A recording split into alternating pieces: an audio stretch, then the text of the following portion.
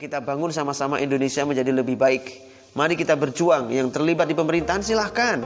Yang berada merasa lebih aman kalau di luar, ya silahkan dia kritik dari luar. Jangan saling melapor, menangkap, saling gak penting. Untuk apa sih kamu melapor-lapor ya? Kita ini melapor dikit-dikit, lapor dikit-dikit, lapor.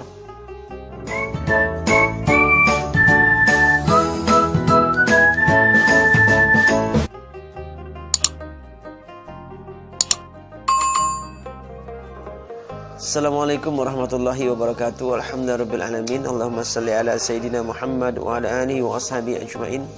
Terima kasih pemirsa sudah mensubscribe channel kami. Saya hanya berdoa kepada Allah, mudah-mudahan teman-teman semua diberikan kelapangan rezeki, dibalas dengan balasan yang baik, dibahagiakan oleh Allah dunia wal akhirat. Amin. Allahumma shalli ala sayyidina Muhammad wa ala sayyidina Muhammad. Pemirsa,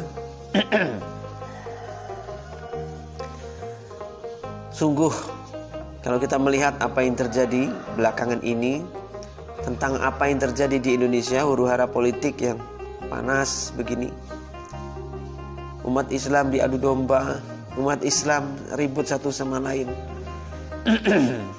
Sebetulnya memang orang itu kepingin sekali, orang di luar-luar sana, umat Islam di Indonesia ini berperang satu sama lain. Indonesia adalah negara Islam terbesar di dunia. Dan anehnya kenapa bisa rukun? Tidak seperti di belahan bumi yang lain, negara yang lain. Kenapa Indonesia masih bisa rukun? Itu yang mereka khawatirkan dan itu yang mereka takutkan dari yang terjadi di Indonesia. Umat Islam bermacam-macam aliran istilahnya ya.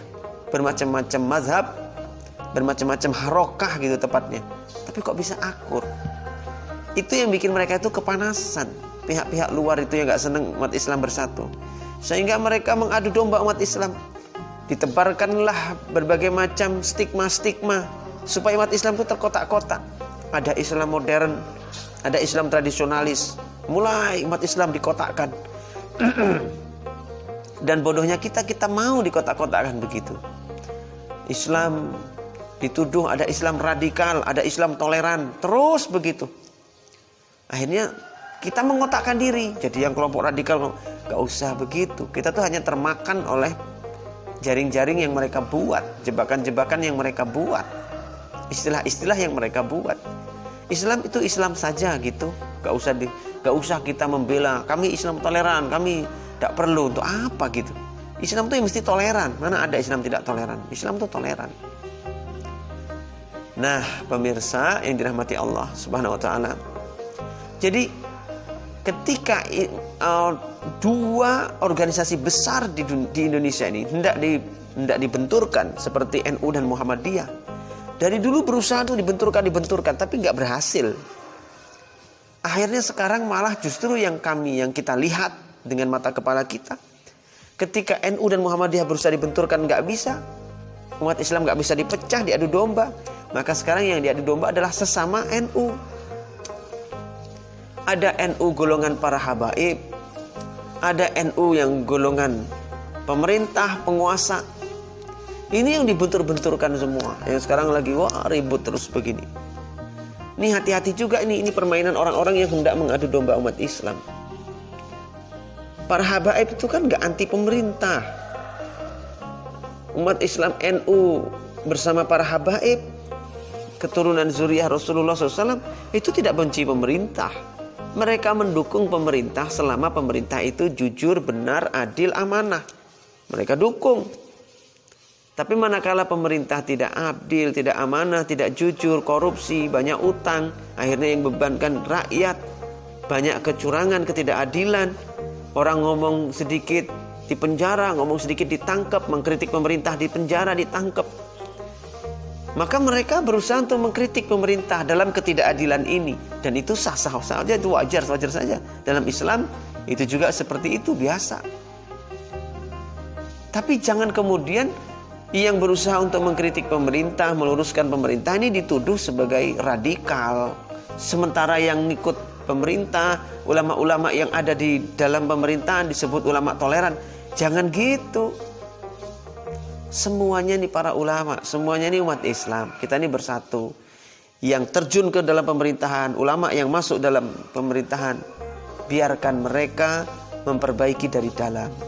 Sementara para habaib yang ada di luar bersama para pengikutnya yang tidak mau masuk ke dalam lingkar pemerintahan, mereka berusaha untuk menjaga diri, mereka berusaha untuk berada di luar agar netral ketika memberi masukan. Gitu loh. Jadi kita menyikapi itu dengan dewasa, menyikapinya itu dengan semangat yang positif, dan ini bagus. Jadi jangan maulah umat Islam dibentur-benturkan, dipecah belah. Biarkan yang mengkritik pemerintah dari luar kita dukung selama kritiknya bagus, benar. Yang dari dalam berusaha untuk memperbaiki, oh silahkan, bagus.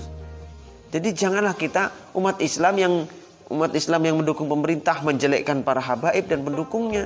Kemudian para habaib dan para pendukungnya ini terutama menjelek-jelekkan yang di dalam. Gak mesti gitu juga kali.